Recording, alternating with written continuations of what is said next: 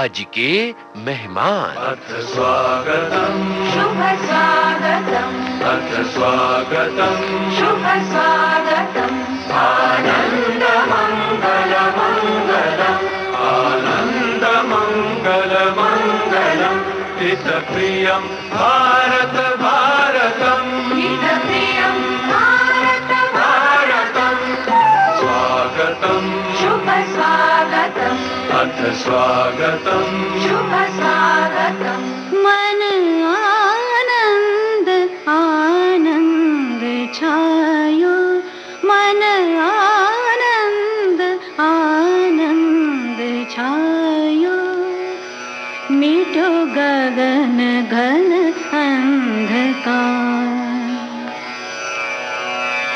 अखियन में जब सूरज आयो आयो आयो मन आनंद आनंद छायो मन आनंद आनंद छायो उठी किरण की लहर सुनहरी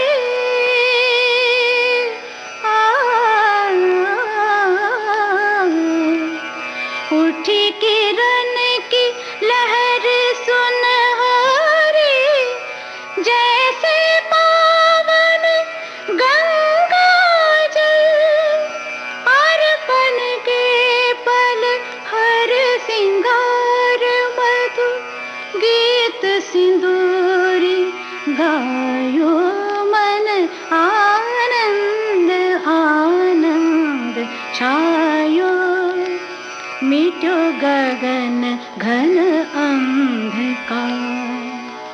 मन आनंद आनंद छायो। नमस्कार श्रोताओं, आज के मेहमान कार्यक्रम में आप सभी का हार्दिक स्वागत है। मन आनंद से क्यों नहीं भर जाएगा जब हिंदी साहित्य के वरिष्ठ कथाकार रचनाकार सूरज प्रकाश आज के मेहमान बनकर हमारे सम्मुख बैठे दिखेंगे। उनका स्वागत करते हुए मुझे किताबों पर लिखी हुई गुलजार साहब की एक नज्म याद आ रही है। किताबें झांकती हैं बंद अलमारी के शीशों से, बड़ी हसरत से ताकती हैं, महीनों अब मुलाकातें नहीं होती।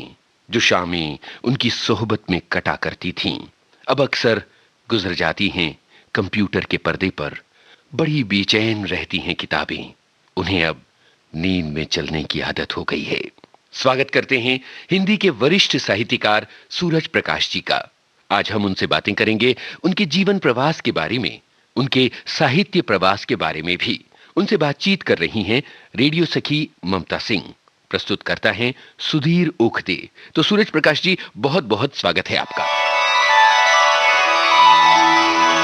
दोस्तों, जाने माने साहित्यकार सूरज प्रकाश जी विविध भारती के स्टूडियो में आए हैं और यूनुस जी ने पहले ही स्वागत किया है। मैं फिर से एक बार स्वागत कर रही हूँ सूरज जी आपका। नमस्कार। बहुत बहुत धन्यवाद ममता जी। सूरज प्रकाश अरोड़ा, लेखक सूरज प्रकाश कैसे और कब बने, बताइए। मैं सूरज प्रकाश हूँ, अरोड़ा नहीं हूँ, क्योंकि मैंने कभी अरोड़ा अपने नाम के साथ नहीं लिखा। बहुत पहले जब कविताएं लिखनी शुरू की थी तो मैं सागर नाम से कविताएं लिखा करता था जी। अच्छा। और ये शायद 13 या 14 साल की उम्र में कविताएं लिखनी शुरू की। कविताएं थी भी सही या नहीं थी मुझे मालूम नहीं है, लेकिन कहानी लिखने में मुझे अगले 20 बरस तक इंतजार करना पड़ा। जी, वही मैं जानना चाहती हूँ कि कैसे बने लेखक और कैसे शुरुआत की, लिखना इतनी देर से क्यों शुरू किया आपने? छटपटाहट होती है हर लेखक में शुरू में, लेकिन समझ नहीं आता था कि कहानी कैसे लिखनी है, कब लिखनी है और कौन से विषय कहानी के लायक हो सकता है। ये लगातार छटपटाहट बनी रही, लेकिन लिखना नहीं हो पाता था। अचानक मेरे जीवन में ऐसी घटना घटी, किसी और के जीवन में, जो मुझे घटना सुनाई गई थी, जिसने मुझे लेखक बनाया। एक छोटी सी घटना ये हुई कि मेरे ऑफिस में एक क्लर्क आया और उसने बताया कि वो सेल्स टैक्स ऑफिसर में काम करता था। तो मैंने उससे पूछा, वहां नौकरी छोड़कर यहाँ क्यों आए? तो उसने जो कुछ बताया, मैं बहुत डिस्टर्ब हुआ उससे, और उसने मेरे लेखन के दरवाजे खोले। उस घटना में मैंने एक लघु कथा लिखी थी जो सारिका के लघु कथा विशेषांक में पहले नंबर पर आई थी। कमीशन नाम था उस लघु कथा का, और उस लघु कथा के आधार पर ही मुझे आकाशवाणी में बुलाया गया था कहानी पढ़ने के लिए। तो एक सिलसिला शुरू हुआ जी। ये कहानी शायद 1984 की बात है जी जी। तो ये 20 बरस मुझे लग गए थे। कहानी जब तक घटना नहीं घटी या जिसने मुझे डिस्टर्ब नहीं किया, क्योंकि कुछ भी भीतरी दबावों के बिना नहीं लिखा जा सकता। बाहरी जी। दबाव से हम नहीं लिख सकते। वो दबाव इतना बड़ा था जिसने मुझे लेखक बनाया। जी, चूँकि आपने यहाँ पर ऑफ़िस का ज़िक्र किया है, वैसे तो मैं आपसे देहरादून की बातें अभी करना चाह रही थी, लेकिन ऑफ़िस का ज़िक्र चला है तो मैं ऑफ़िस के ही सिलसिले में आपसे जानना चाहती हूँ कि कुछ दिनों आप अहमदाबाद चले गए थे अपनी नौकरी के सिलसिले में। रिज़र्व बैंक में आपने जी, जी। अपने कार्य को बड़ी कुशलता से निभाया है। तो अहमदाबाद में बहुत कुशलता से लेखन किया और काफ़ी तादाद में लेखन किया। तो वो क्या बात थी, वो क्या दौर था? उसके बारे में कुछ दरअसल कहेंगे? जीवन में ऐसा होता है कि कई बार हमें सजा के तौर पर कुछ दिया जाता है, लेकिन हम चाहें तो सजा को भी हम उपहार के रूप में बदल सकते हैं। बिल्कुल। सच कहूं तो मुझे अहमदाबाद सजा के तौर पे भेजा गया था। मेरा छोटा बेटा था 3 साल का, उसे मैं छोड़कर गया था, पत्नी को छोड़कर गया था, लेकिन मैंने उसे चुनौती के रूप में लिया। तब सही बात मेरी है। कुछ ही कहानियां आई थी जब अहमदाबाद गया, तो मैंने चुनौती के रूप में लिया कि खूब पढ़ना है, खूब लिखना है, खूब घूमना है, क्या बात खूब है। जीवन को जीना है और गुजराती सीखनी है। 5 मिशन मैं लेकर चला और बहुत सफल रहा कि मैं इतनी गुजराती सीखी कि मैंने बाद में गुजराती से बहुत सारी किताबों के अनुवाद भी किए। और गुजराती में कहानी संग्रह भी आया? कहानी संग्रह भी गुजराती में आया। जी। गुजराती में बहुत अनुवाद हुए, मैंने अनुवाद किए बहुत सारे। लेकिन ये हमारा अपना नजरिया होता है कि हम किस चीज को कैसे लें। ये भी हो सकता था कि मैं अकेला हूँ, परिवार से दूर हूँ, रोना धोना शुरू कर देता, सजा को सजा के रूप में मानता, लेकिन मैंने कहा नहीं, अगर कुछ करना है, ये मेरे पास समय है, भरपूर समय है, तो उसे मैंने लेखन में, अनुवाद में, घूमने में, पढ़ने में, और मैंने सब कुछ जुटाया वहां पर। बहुत जी, जी, बहुत जी। काम किया मैंने। और मुझे लगता है कि हर आदमी को ऐसी सजाओं का इंतजार करना चाहिए कि कोई सजा मिले, उसे उपहार में बदले, और बहुत कुछ उत्तम हो जाए, उत्तम हो जाए उत्कृष्ट हो उसमें। जाए। जी। तो बहरहाल मैंने जानबूझकर ये आपसे पूछा और आपकी यादों को कुरेदा, क्योंकि ये बहुत ही प्रेरणादायक बात सिद्ध होती है कि जब मुश्किलें आती हैं तो मुश्किलों से मुश्किल से घबराएं अच्छे काम नहीं। निकलते जी, हैं। जूझें बल्कि। अच्छा, वो कहानी संग्रह थी साचा सर मेरे ख्याल से। हिंदी में संग्रह था अधूरी तस्वीर, जो अहमदाबाद में आया था, जी। और साचा सरनामे गुजराती में। गुजराती में। साचा सरनामे का मतलब होता है सही पते पर। जी जी वो मेरी कहानी है और उसके नाम से वो संग्रह गुजराती जी। में आया है। आपके कहानी संग्रह की बात करेंगे, आपकी पूरी रचना प्रक्रिया के बारे में हम बात करेंगे, लेकिन जी। पहले बताइए कि इस वक्त आपकी ओर से हम अपने श्रोताओं को कौन सा गाना नजर करें? अगर मैं गानों की शुरुआत करना चाहूँ तो मुझे एक गीत है, पर्वतों के घेरे पेड़ों हैं, पे शाम का सवेरा। शाम का सवेरा, मुझे गाना बहुत पसंद है। जी, अगर शगुन। क्योंकि देहरादून चारों तरफ से पर्वतों से घिरा हुआ है, जी जी। तो मैं चाहूंगा कि ये गीत पहले बजाया जाए। क्या बात है। तो चलिए फिर यही गाना सुनते हैं शगुन फिल्म से।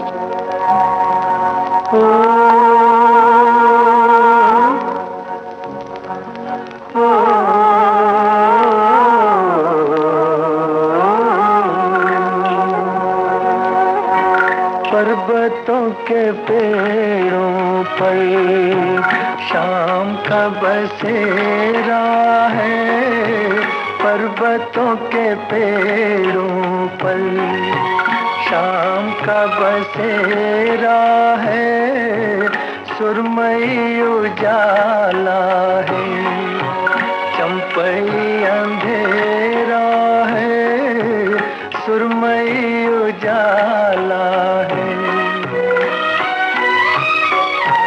दोनों वक्त मिलते हैं, दो दिलों की सूरत से, दोनों वक्त मिलते हैं, दो दिलों की सूरत से, आसमान खुश होकर रंग सा बिखेरा है, आसमान खुश होकर।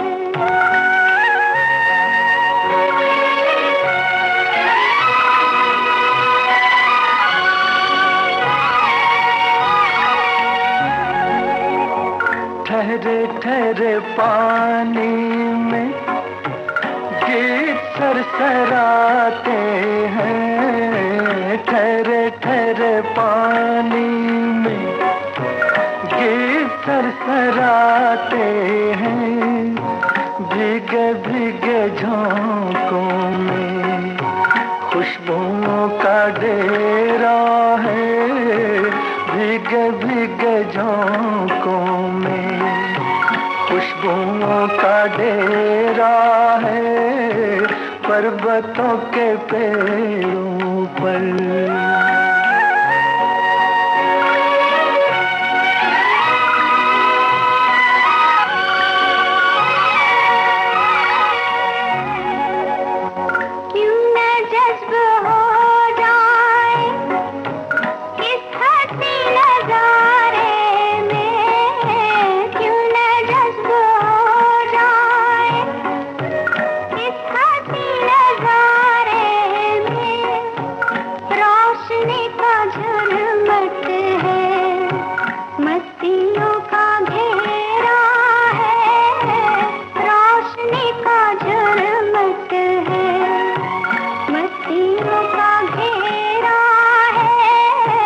पर्वतों के पेड़ों पर शाम का बसेरा है, पर्वतों के पेड़ों पर। अब देहरादून की गलियों में हम आपको लिए चलते हैं। यादों की गलियारों में सैर कीजिए और हमारे श्रोताओं को भी सैर करवाइए। कैसा था आपका बचपन देहरादून का? कई बार पूछा जाता है लोगों से कि आप जीवन का कौन सा वक्त दोबारा जीना चाहेंगे। अक्सर लोग बचपन की बात करते हैं। मैं बचपन दोबारा नहीं जीना चाहूंगा। मैंने बहुत मार खाई है बचपन में। अच्छा। किन वजह से मार पड़ती थी वो बताइए? बचपन में मार की कोई वजह नहीं होती थी। बड़ों के हाथ खुजलाते रहते थे, मास्टरों के हाथ खुजलाते रहते थे कि मारने का कोई मौका मिलना चाहिए। अच्छा। बड़े भाइयों से भी मार खाई और मास्टरों से भी बिना वजह के मार खाई। और बचपन बहुत सुखद नहीं था आर्थिक रूप से भी, और दूसरे कारण भी थे। जहां हम रहते थे वो अच्छा नहीं था, लेकिन दबाव होते हैं बचपन के, अच्छे बुरे दोनों, जो मुझे अब तक हॉन्ट करते हैं। और इसका ये नतीजा हुआ कि मैंने एक उपन्यास लिखा था देश बिराना, लगभग 15-16 साल पहले, और उसमें बचपन की सारी चीजें जो मेरी देश बिराना में बचपन लगभग 60 पन्नों में मैंने किसी और पात्र के माध्यम से वो उतारा, तब जाके मुझे मुक्ति मिली।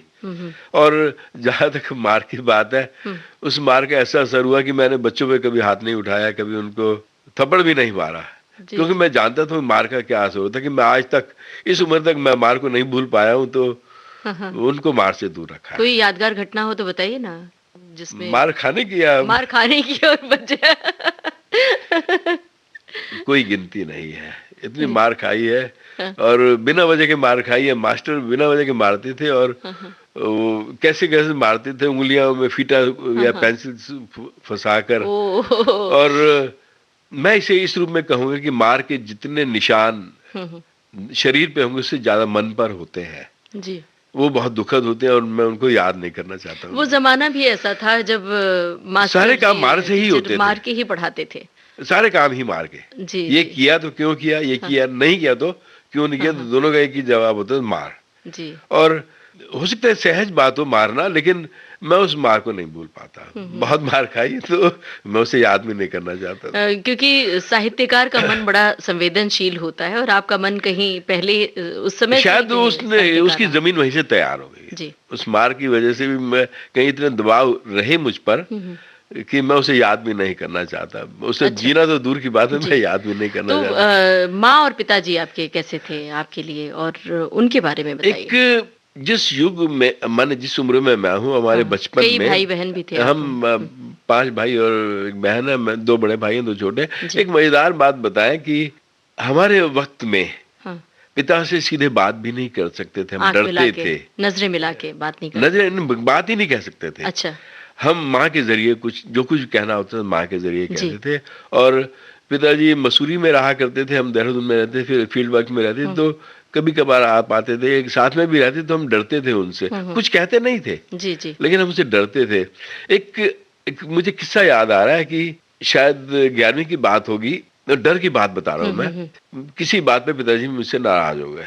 अच्छा। मुझे वो घटना याद नहीं है, लेकिन नाराज हो गए। उन्होंने मुझसे 2 दिन बात नहीं की, और उनका बात न करना मेरे लिए बहुत बड़ा सबक था कि पिताजी बात नहीं कर रहे हैं, सजा है, कुछ ना कुछ ऐसी चीज है जी। जो उनको कचोट रही है और मुझसे बात नहीं कर रहे हैं। हम्म।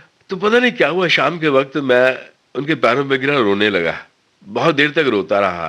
तो उन्होंने कहा जा ठीक है, और उन्होंने मुझे माफ कर दिया। ना तो मैंने पूछा कि किस बात पे नाराज थे, जी। ना उन्होंने बताया कि किस बात माफ किया है या क्या है, और उन्होंने मुझे माफ कर दिया। उसके बाद हम संबंध और सहज हो गए। लेकिन 1968 के बाद मैं आज तक नहीं रोया। उसके बाद मैं नहीं रोया, उदास हुआ, परेशान हुआ, संवेदनशील बहुत ज्यादा हूं मैं, हुआ, लेकिन उसके बाद मुझे रोना नहीं आया। क्या बात है। इतने बरसों के बाद भी मैं, कई बार होता है ना कि मन भर हाँ। जाता है, रोया गुबार जाए, उठता है रोने का। नहीं हुआ उसके बाद। जी। वो पहली और आखिरी पहली बार तो नहीं, आखिरी बार मैं इतने बरस पहले रोया था, और जी भर के रोया था। वो शायद अपने आप को हल्का करने के लिए बहुत जी, बड़ा जी। जरिया था मेरे पास। जी। और अभी आपने एक बचपन की घटना कोई पूछी, मैं एक मजेदार जी। घटना बताता जी। हूँ कि हम पिताजी के पास मसूरी में जाया करते थे। हाँ।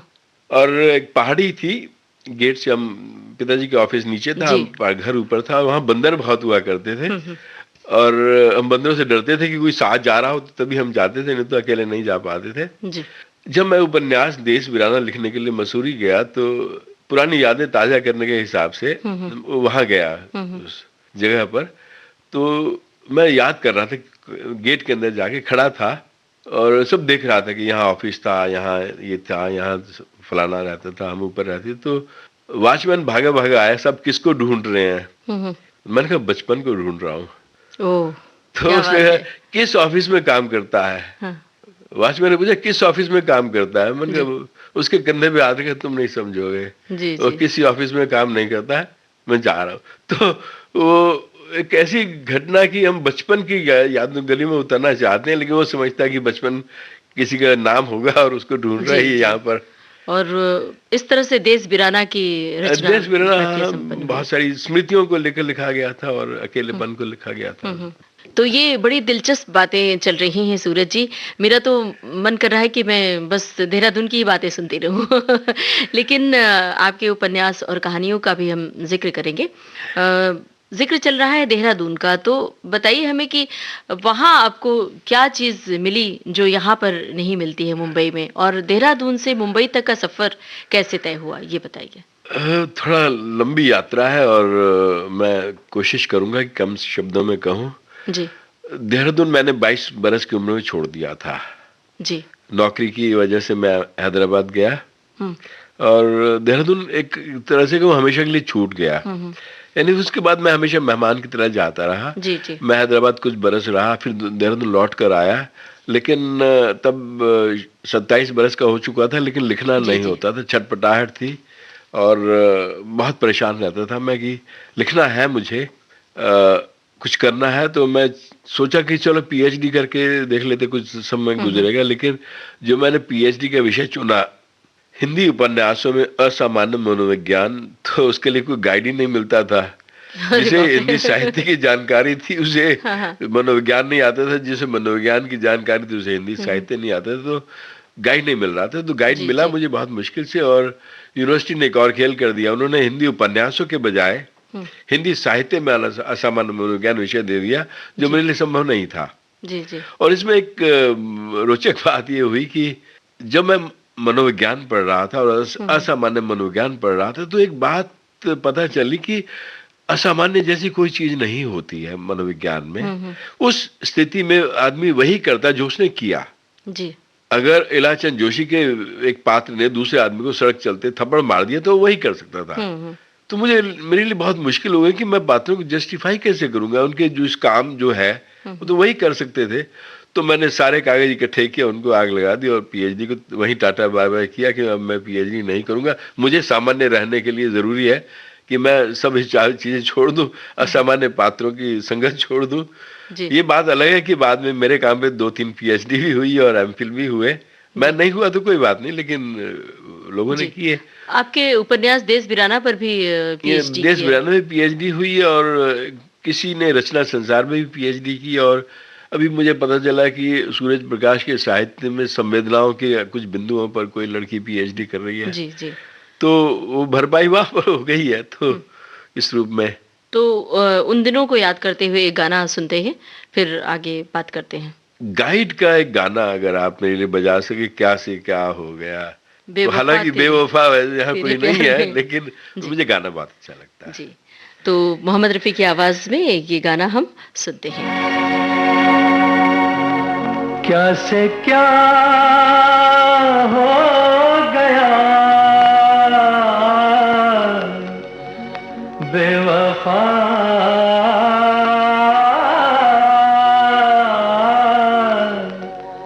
तेरे प्यार में चाह क्या क्या मिला बेवफा,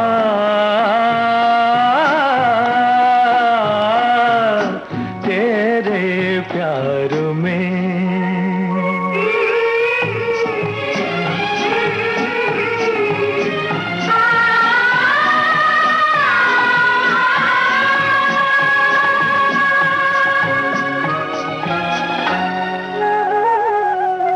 चलो सुहाना भरम तो टूटा, जाना के हुस्न क्या है। ओ चलो सुहाना भरम तो टूटा, जाना के हुस्न क्या है।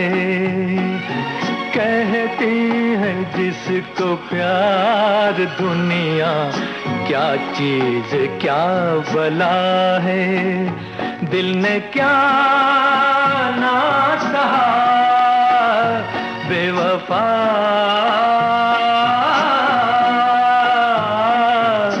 तेरे प्यार में चाह क्या क्या मिला बेवफा,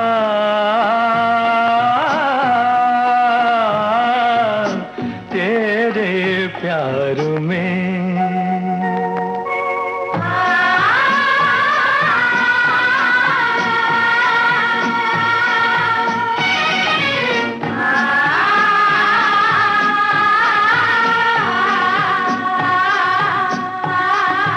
तेरे मेरे दिल के बीच अब तो सदियों के फासले हैं। हाँ तेरे मेरे दिल के बीच अब तो सदियों के फासले हैं। यकीन होगा किसे कि हम तुम एक राह संग चले हैं। होना है और क्या बेवफा,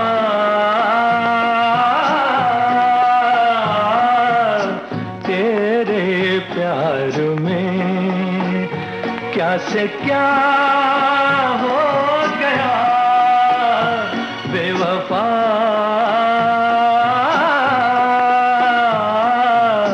तेरे प्यार में।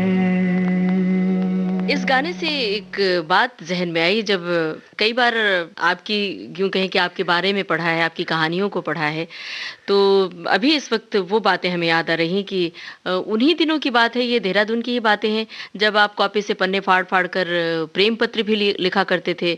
और वो आपने एक कहानी या रचना संसार में उसका जिक्र किया है, तो आप बताएं उन दिनों को। रोचक प्रसंग इस रूप में है कि कई दोस्तों का भी जिक्र किया है आपने कि दोस्तों के लिए लिखा करते थे। शायद वो बात सही है, हुआ क्या कि मैं अकेला व्यक्ति था आसपास कि जो कविताएं लिखता था और साहित्य पढ़ता था और लाइब्रेरी में जाके पत्रिकाएं पढ़ता था। तो दोस्तों को जब प्रेम पत्र उनकी प्रेमिकाएं देती थी, उनको समझ नहीं आता था कि करना क्या है।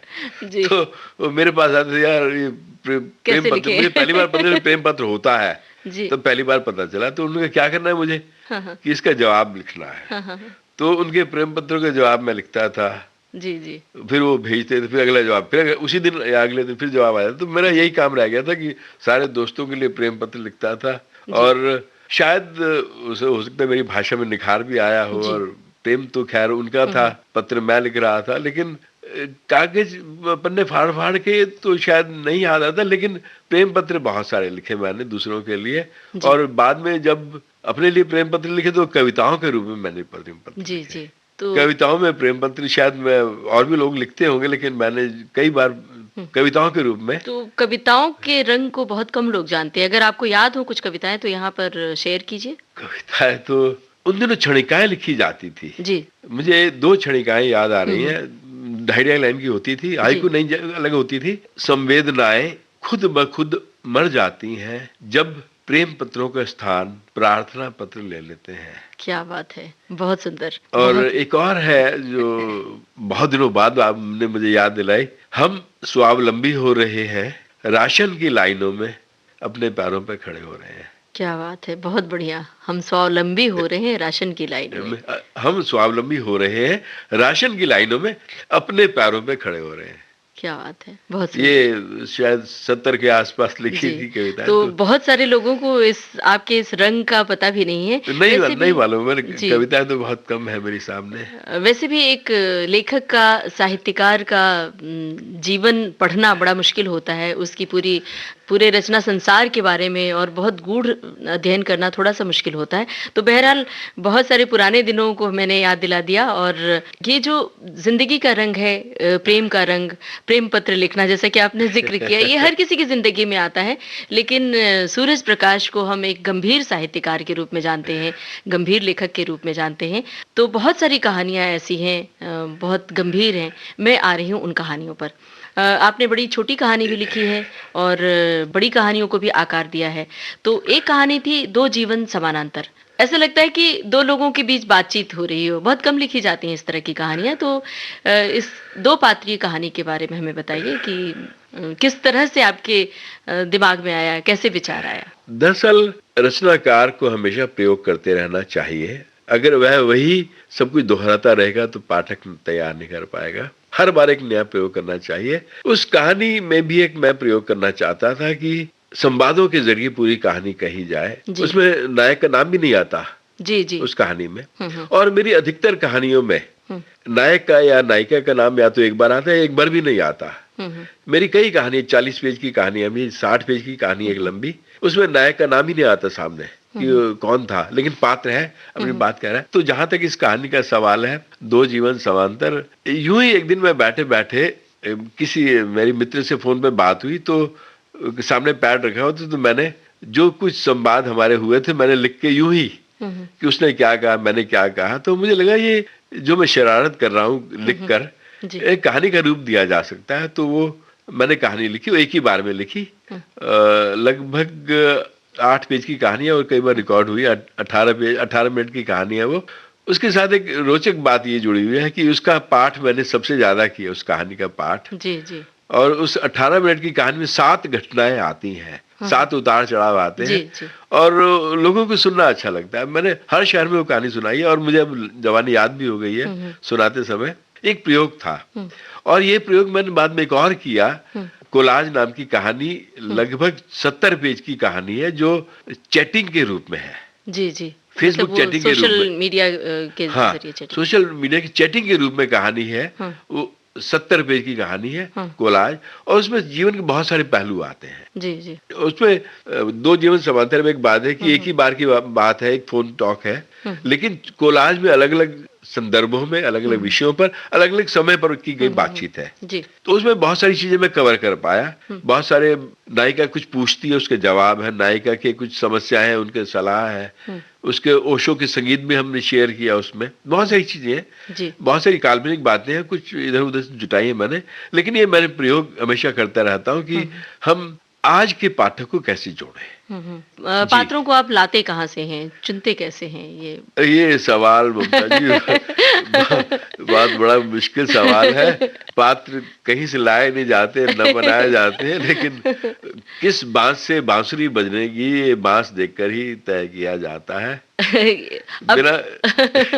बिना बांस के तो बांसुरी तय नहीं कर सकते। कई बार ऐसे पात्र होते हैं जो जिन पर लतीफा भी नहीं कहा जा सकता। जी बिल्कुल। और कई बार ऐसे भी पात्र मिलते हैं कि बहुत सारी घटनाओं, बहुत सारी कहानियां लिखी जा सकती हैं और कई कहानियां लिख जाए तो ये पात्र पर है कि वो कितना डिस्टर्ब करता है। ममता जी एक और रोचक बात बताऊं कि हर लेखक के साथ ऐसा होता है कि किसी एक पात्र को गढ़ने में एक ही व्यक्ति नहीं होता। उसके पीछे बहुत सारे पात्र भी हो सकते हैं सही बात है। और बहुत सारी इमेजेस हो सकती हैं, कल्पना शक्ति होता है, एक ब्लेंडिंग है ये। रचना अपने आप में एक मुकम्मल नहीं होती कि एक पात्र को लेकर हमने लिख दी घटना, जी। कुछ ऐसे टीवी सीरियल किसी भी तरह नाम नहीं लेना चाहिए, लेकिन ब्लेंडिंग होती है, बहुत सारे पात्रों की घटनाएं हमें प्रभावित करती हैं। जैसे एक छोटा सा किस्सा उसमें आता है, जी। दो जीवन समांतर में, वो समानांतर में। नायक पूछता है कि क्या तुमने अपना चश्मा टाइट करा लिया है।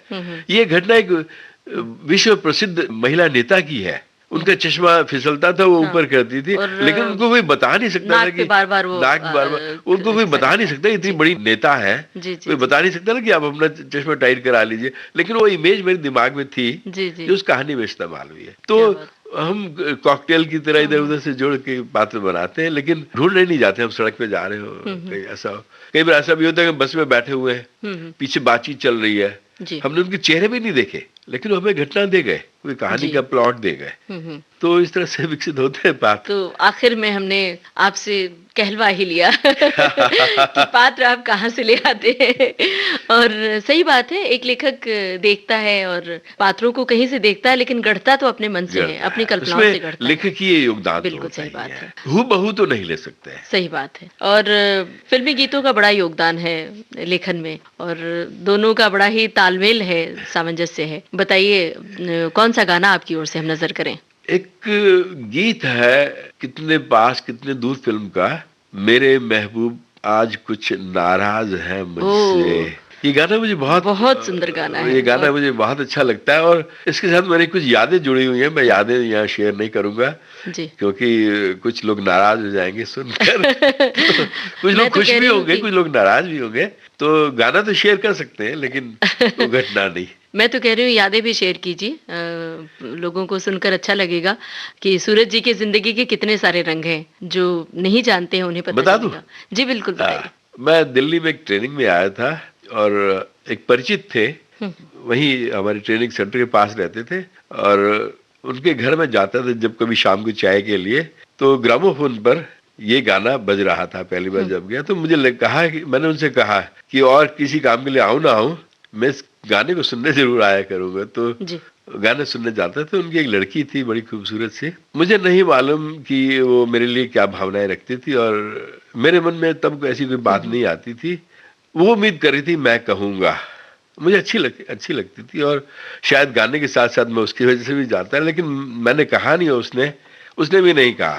तो ये घटना खैर, उसके साथ जुड़ी थी। मैं गाना याद- मेरे महबूब आज कुछ नाराज है मुझसे। चलिए, तो यही गाना हम सुनते हैं।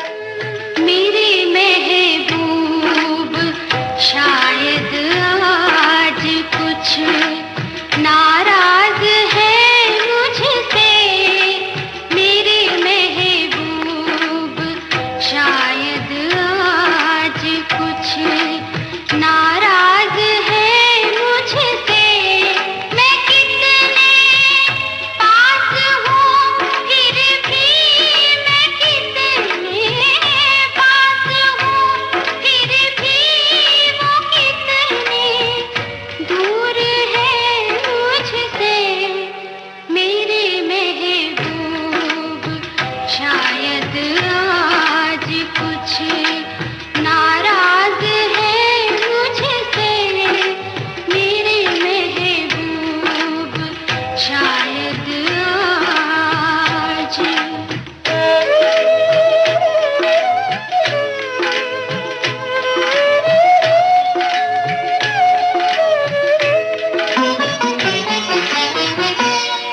वो महफिल में तो आए हैं मगर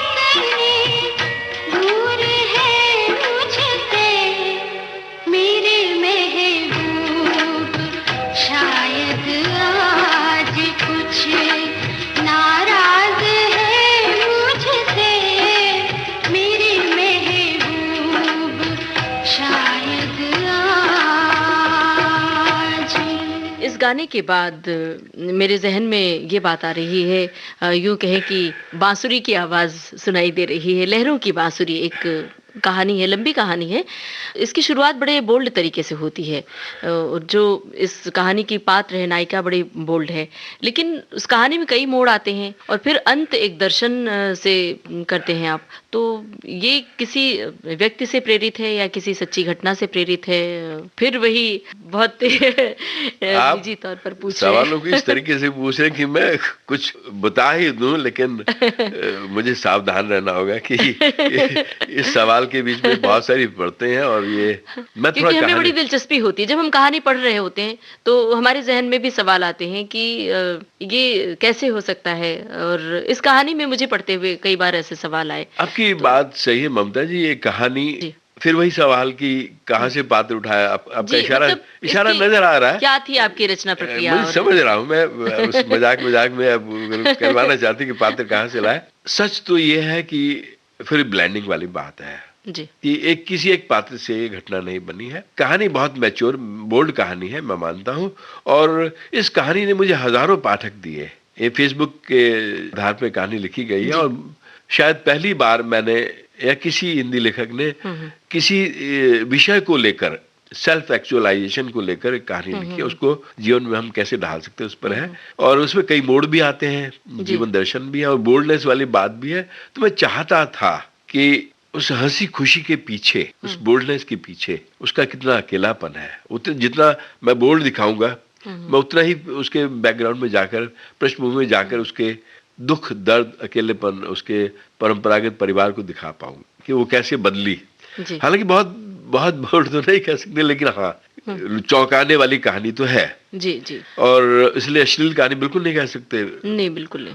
और इसे महिलाओं ने बहुत ज्यादा पसंद किया, पाठिकाओं ने जी। एक ऐसी लड़की की कहानी है जो जीवन को अपने तरीके से, जीवन के कुछ दिनों को, 3 दिनों को अपने तरीके से जीना चाहती है और जीती है जी। तकलीफ की बात यह है कि ऐसी बहुत सारी हमारे देश में महिलाएं हैं जो ऐसा जीवन चाहते हुए भी नहीं जी पाती हैं। उनको आजादी, सपना तो देख सकती है लेकिन हासिल नहीं कर सकती है। तो मैं वो यही बात कहना चाह रहा था जी, कि और आपने कह भी दिया है कहानी, कह भी दिया कि आप चाहें तो अपनी कोशिश खुद करनी पड़ती है। उसके लिए कोई आपको बताएगा नहीं कि वहां आजादी मिल रही है, तुम जाके ले लो। नहीं, आजादी खुद हासिल करनी पड़ती है। आपने कई अनुवाद किए हैं, कई बहुत महत्वपूर्ण, चार्ली चैपलिन की आत्मकथा का अनुवाद किया है और इसके अलावा महात्मा गांधी की आत्मकथा का अनुवाद किया है।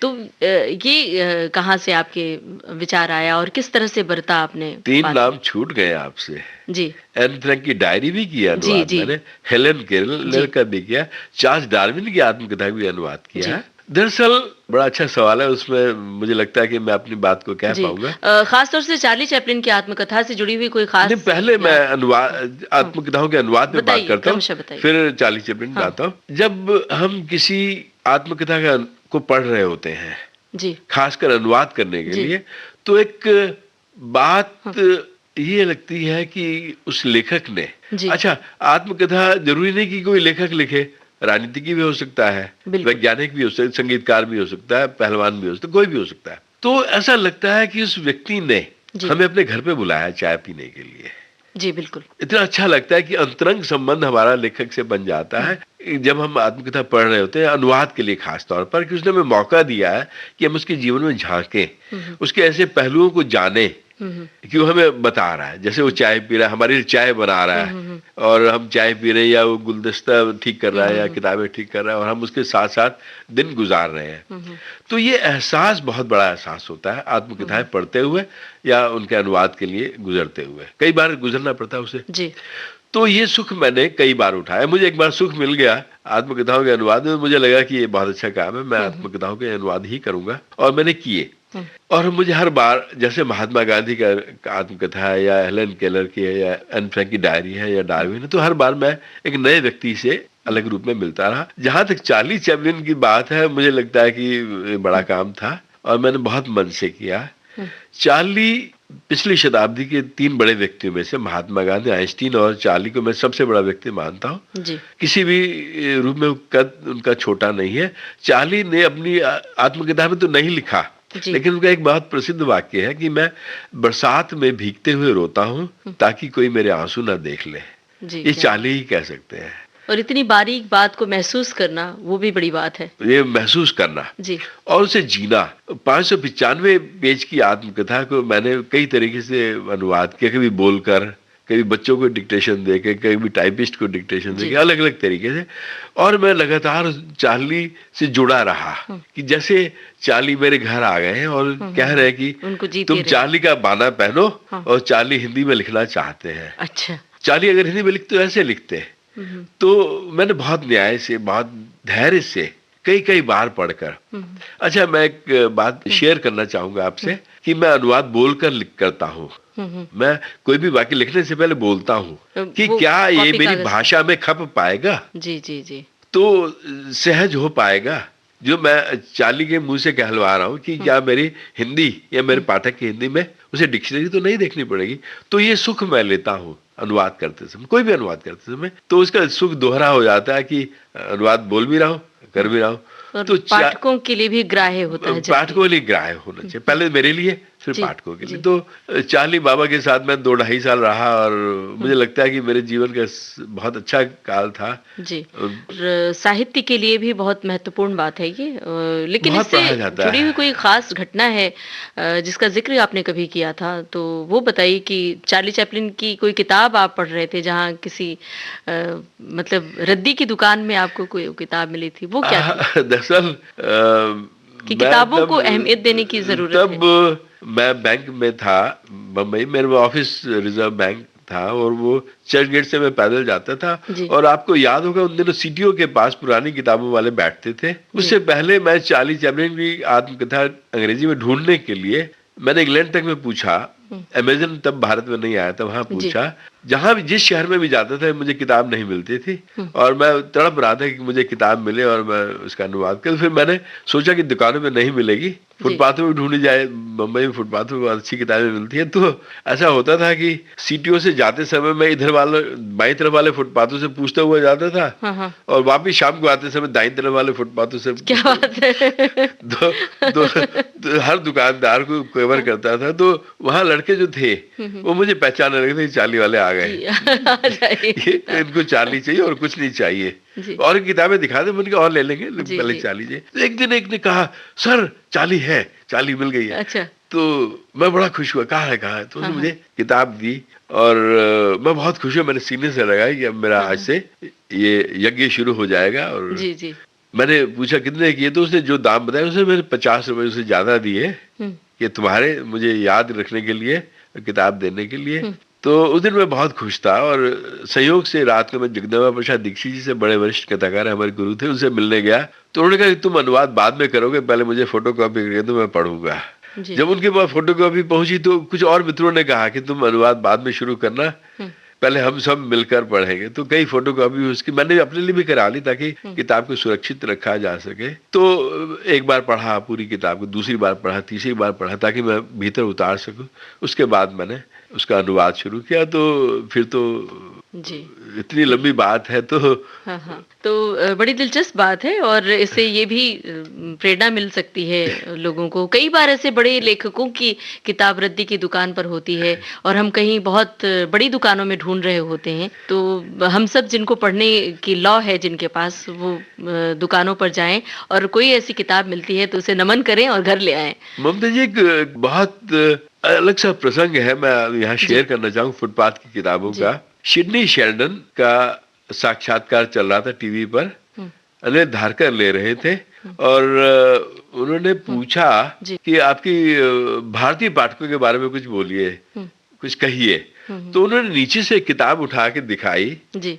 ये सिडनी शेल्डन की छठी किताब है जो मैंने नहीं लिखी है, लेकिन मैंने फुटपाथ से खरीदी है। क्या बात है। तो फुटपाथ में ऐसी भी किताबें मिलती हैं जो उन्होंने नहीं लिखी थी लेकिन जी, बिक रही है। तो ऐसा भी होता है कई बार, लेकिन बहुत अच्छी किताबें फुटपाथ में कई बार जी। मिल जाती है। मैंने बहुत सारी किताबें खरीदी है वहां से। सूरज जी, किताबों की बातें इतनी अनगिनत हैं और वाकयात भी अनगिनत हैं और लेकिन हम घड़ी की ओर देख रहे हैं कि हमें विराम देना होगा, तो हम बातचीत रोक नहीं रहे हैं। इस बातचीत का सिलसिला जारी रहेगा, जी। लेकिन फिलहाल चलने से पहले आपकी पसंद का गाना हो जाए। विक्की डोनर में गाना है पानी दा रंग वेख के, मुझे बहुत अच्छा लगता है। जैसे अगर मैं गाना जानता जी, तो मैं गाना जरूर गाता। ये गाना पानी दा रंग वेख के, बहुत ही बेहतरीन गाना है, हमें तो भी पसंद है। आपको मेरी पसंद से ये गाना। तो सुनते हैं विकी डोनर फिल्म का यही गाना।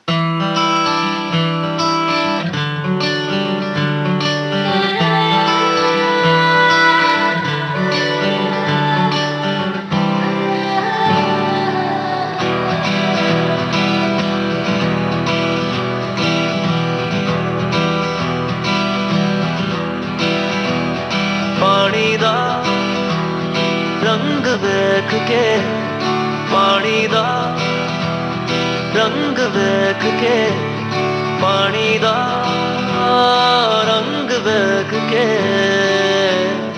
अखियां जो अंजूर उड़दे, अखियां जो अंजूर उड़दे।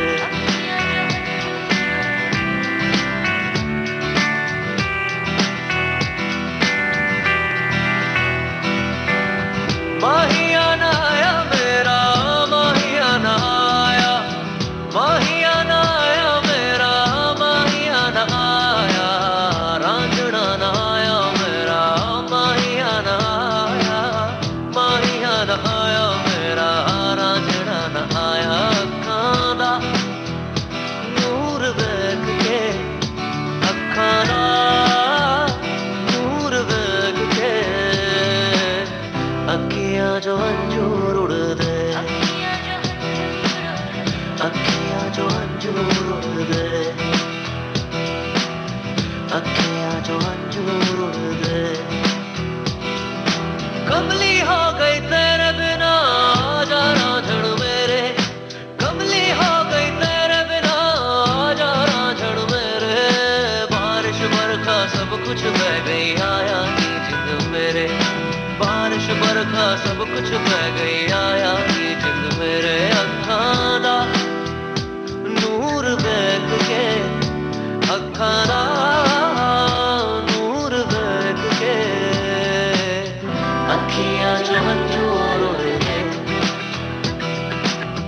अखियां जो अंजूर उड़दे,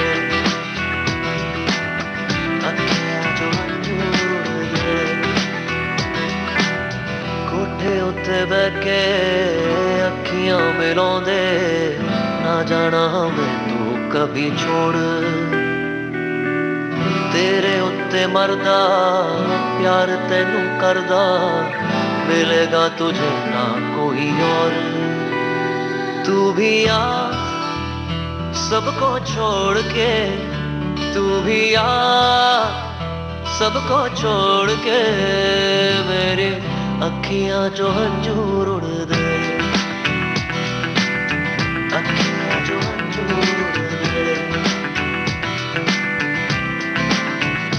पानी दा रंग वेख के, पानी दा रंग वेख के, पानी दा रंग वेख के, अखियां जो अंजूर उड़दे, अखियां जो अंजूर उड़दे, अखियां जो अंजूर उड़दे, अखियां जो अंजूर उड़दे, अखियां जो अंजूर उड़दे, अखियां जो अंजूर उड़दे, अखियां जो अंजूर उड़दे। और अपने श्रोताओं को बता दें कि सूरज जी से मेरी बातचीत का सिलसिला थमा नहीं है। अगले हफ्ते बुधवार को हम इस कार्यक्रम के साथ फिर हाजिर होंगे, तो सुनना ना भूलिएगा, नहीं तो बातचीत मिस करेंगे। तो अब हम लेते हैं इजाजत। नमस्कार। बहुत बहुत धन्यवाद ममता जी। नमस्कार। नमस्कार। श्रोताओं, आज सुनते हैं दूसरे कार्यक्रम की छोटी सी झलक, ताकि आपकी उत्सुकता बनी रहे। मुझे बहुत अच्छा लग रहा है, और सच कहूं तो मेरा पूरा बचपन रेडियो सुनते हुए जी। बीता है। हम रेडियो सुबह जब शुरू करते थे, रात के अंतिम प्रोग्राम के बाद ही बंद जी। करते थे, और एक रोचक बात यह है कि कभी मेरी भी इच्छा थी कि मैं रेडियो अनाउंसर बनूं, वो नहीं हो पाया। अब रेडियो में आपके सामने बैठा हूं, बातें कर रहा हूं, लेकिन एक हसरत होती है ना, बचपन में बहुत सारी हसरतों में एक ये भी थी कि मैं रेडियो से जुड़ूं और उद्घोषक बनूं। नहीं हो पाया, कोई बात नहीं, आज हूं मैं रेडियो में।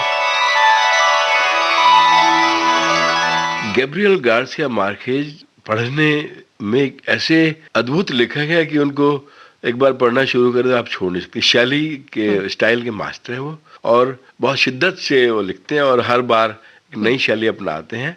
आपको हैरानी होगी कि उनके 100 Years of Solitude में भी और दूसरे रचनाओं में भी 800 शब्द के एक वाक्य हैं जो स्पेनिश अंग्रेजी में अनुवाद हुए हैं।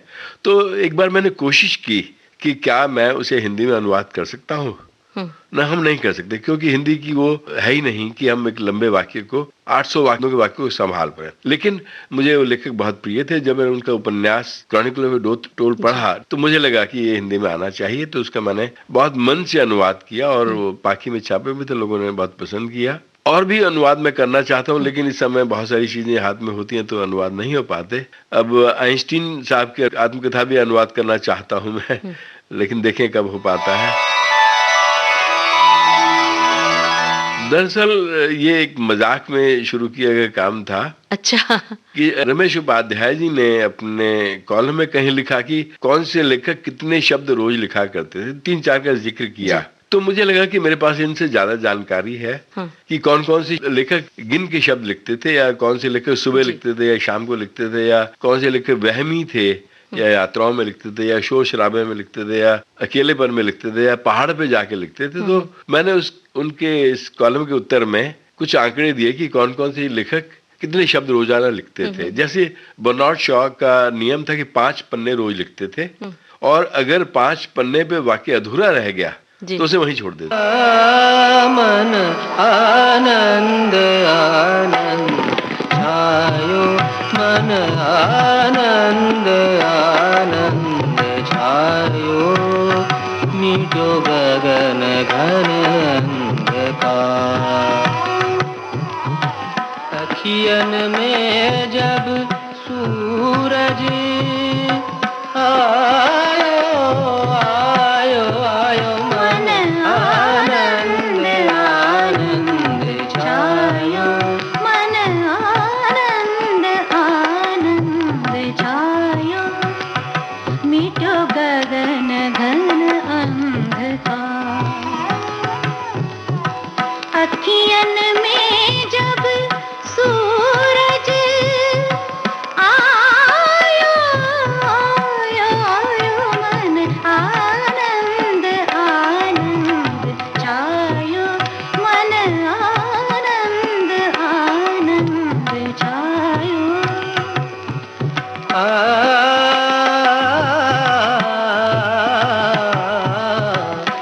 की किरण की लहर सुनहरी, उठी किरण की लहर सुनहरी, जैसे पावनी गंगा जल, जैसे पावन गंगा जल, अर्पण के पल हर सिंगार मधु, अर्पण के पल हर सिंगार मधु, गीत सिंदूरी गायो, मन आनंद आनंद छायो, मन आनंद आनंद छायो, मीठो गगन घन अंधकार। अखियन में जब सूरज आयो आयो आयो, मन आनंद आनंद छायो। ऐसी पीर रही मन में तो, ऐसी पीर रही मन में तो, सुवन हाथ बिकाने, आंसू